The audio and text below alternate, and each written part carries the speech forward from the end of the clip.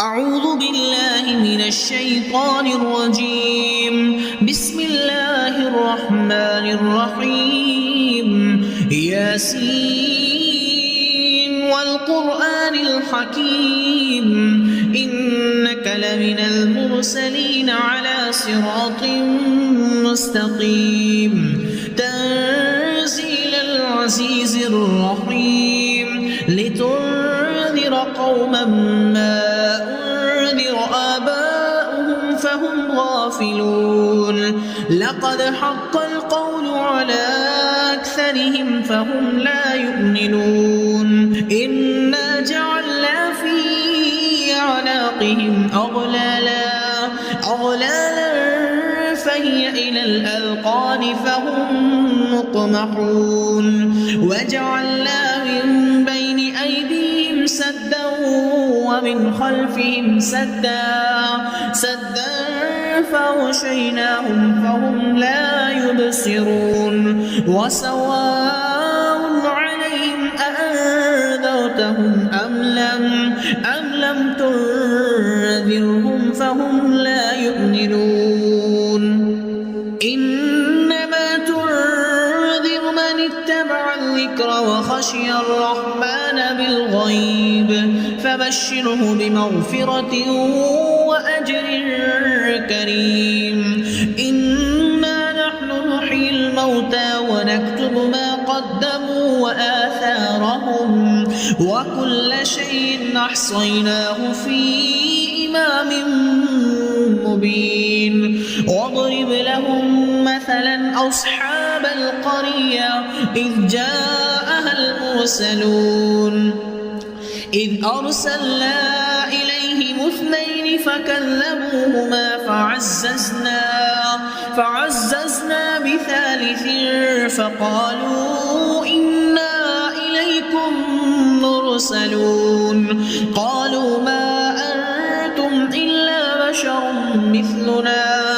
وما أنزل الرحمن من شيء إن أنتم إلا تكذبون قالوا ربنا يعلم إنا إليكم لمرسلون وما علينا إلا البلاغ المبين قالوا إنا تطيرنا بكم لئن لم تنتهوا لنرجمنكم وليمسنكم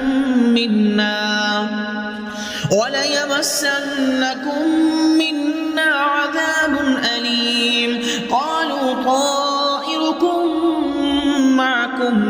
أئن ذكرتم بل أنتم قوم مسرفون وجاء من أقصى المدينة رجل يسعى قال يا قوم اتبعوا المرسلين اتبعوا من لا يسألكم أجرا وهم مهتدون وما لي لا أعبد الذي فطرني وإليه ترجعون أأتخذ من دونه آلهة إن يردني الرحمن بضر لا تغن عني شفاعتهم شيئا ولا ينقذون إني إذا لفي ضلال مبين إني آمنت بربكم فاسمعون قيل ادخل الجنة قال يا ليت قومي يعلمون بما غفر لي ربي وجعلني من المكرمين وما أنزلنا على قومه من بعده من جند من السماء وما كنا منزلين إن كانت إلا صيحة واحدة فإذا هم خامدون يا حسرة على العباد ما يأتيهم من رسول إلا كانوا به يستهزئون ألم يروا كم أهلكنا قبلهم من القرون أنهم إليهم لا يرجعون وإن كل لما جميع لدينا محضرون وآية لهم الأرض الميتة أحييناها وأخرجنا منها حبا فمنه يأكلون وجعلنا فيها جنات من نخيل وأعناب وفجرنا فيها من العيون ليأكلوا من ثمره وما عملته أيديهم أفلا يشكرون سبحان الذي خلق الأزواج كلها مما تنبت الأرض ومن أنفسهم ومما لا يعلمون وآية لهم الليل نسلخ منه النهار فإذا هم مظلمون والشمس تجري لمستقر لها ذلك تقدير العزيز العليم والقمر قدرناه منازل حتى عاد كالعرجون القديم لا الشمس ينبغي لها تدرك القمر ولا الليل سابق النهار وكل في فلك يسبحون وآية لهم أنا حملنا ذريتهم في الفلك المشحون وخلقنا لهم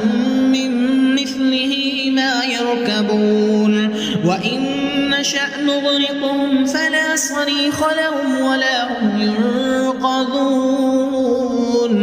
إلا رحمة منا ومتاعا إلى حين وإذا قيل لهم اتقوا ما بين أيديكم وما خلفكم لعلكم ترحمون وما تأتيهم من آية من آيات ربهم إلا كانوا عنها معرضين وإذا قيل لهم أنفقوا مما رزقكم الله قال الذين كفروا للذين آمنوا أنطعم من لو يشاء الله وطعامه إن أنتم إلا في ضلال مبين ويقولون متى هذا الوعد إن كنتم صادقين ما ينظرون إلا صيحة واحدة تأخذهم وهم يخصمون فلا يستطيعون توصية ولا إلى أهلهم يرجعون ونفخ بالصور فإذا هم من الأجداث إلى ربهم ينسلون قالوا يا ويلنا من بعثنا من مرقدنا